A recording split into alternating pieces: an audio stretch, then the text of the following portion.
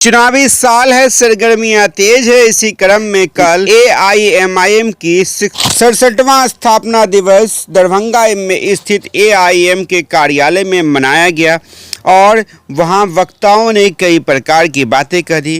वक्ताओं ने कहा कि इस बार बिहार विधानसभा में दरभंगा जिला के कई विधानसभा सीटों पर एआईएम ने कमर कस ली है और चुनावी मैदान में उतरेगा।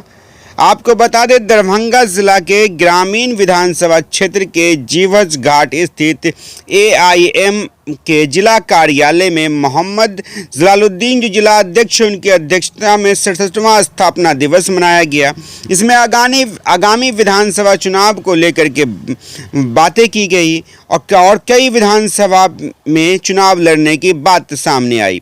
वक्ताओं ने कहा कि एआईएमआईएम कई विधानसभा में मजबूत है और इस बार मजबूती से वो चुनाव भी लड़ेगा और चुनाव जीतेंगे भी। दूसरे पार्टी की बहुत गुलामी कर चुके हैं, जिसकी जितनी हिस्सेदारी होगी उसको इतनी भागीदारी चाहिए और इस बात को लेकर के वह चुनावी मैदान में जाएंगे।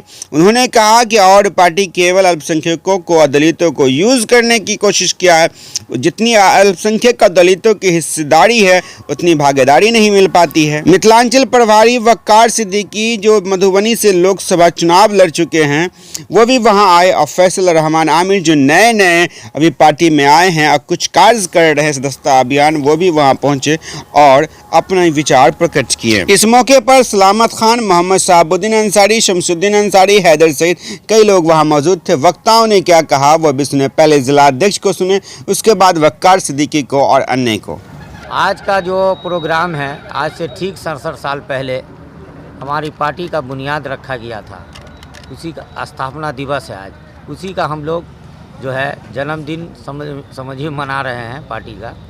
उसी का मतलब याद दिलाने के लिए हर साल जन्मदिन इसलिए मनाया जाता है कि कितने साल से हमारी पार्टी है, वो याद दिलाने के लिए। तो आपको पता होगा कि अभी मैं जाले से प्रोग्राम करके आया हूँ।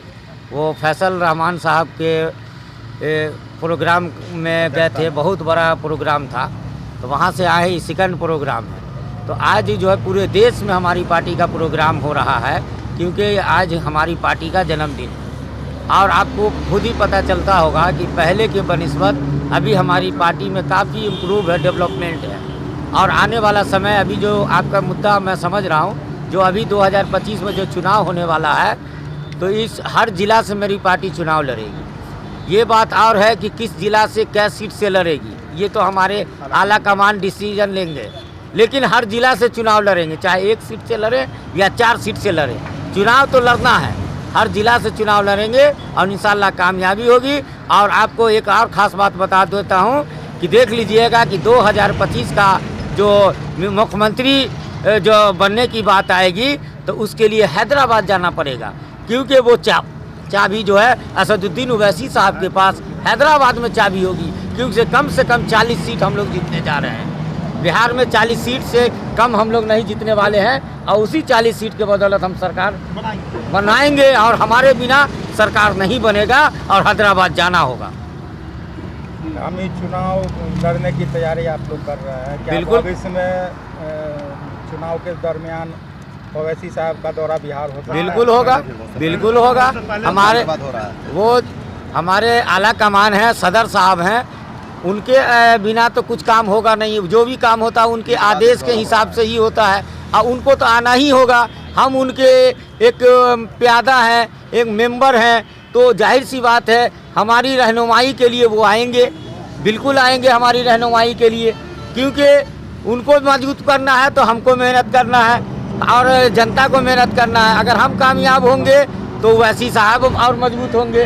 तो एक दूसरे से तार जुड़ा हुआ है, उनके बिना हम अधूरे हैं। उनकी सख्त ज़रूरत है, पब्लिक में भी मांग है, पब्लिक में भी डिमांड है कि असदुद्दीन ओवैसी साहब, अकबरुद्दीन ओवैसी साहब इस दरभंगा की धरती पे ज़रूर मतलब पधारें, ज़रूर समय कम से कम 10 मिनट के लिए ही दरभंगा की धरती पर समय दें।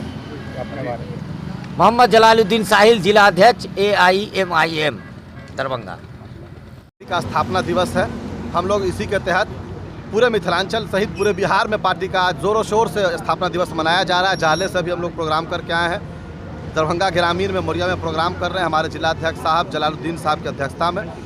हम जीवछ घाट पे जिस सोच व फिक्र के साथ हमारे फ़ख्र मिल्लत अब मरहूम अब्दुल वाहिद ओवैसी साहब, सालार मिल्लत सलाहुद्दीन ओवैसी साहब आज से 67 साल पहले हैदराबाद में इस पार्टी को कायम किए थे, आज पार्टी 67 साल बाद आपके बीच दरभंगा में आई है। तो हम ये आवाम से यहाँ से गुजारिश करते हैं कि आप अपनी पार्टी को मजबूत कीजिए और जिस तरीके से आप देख रहे हैं कि गरीबों की, मजलूमों की, अगरा की, पिछड़ा की, दलित की, सबकी लड़ाई MIM मजबूती के साथ लड़ रही है।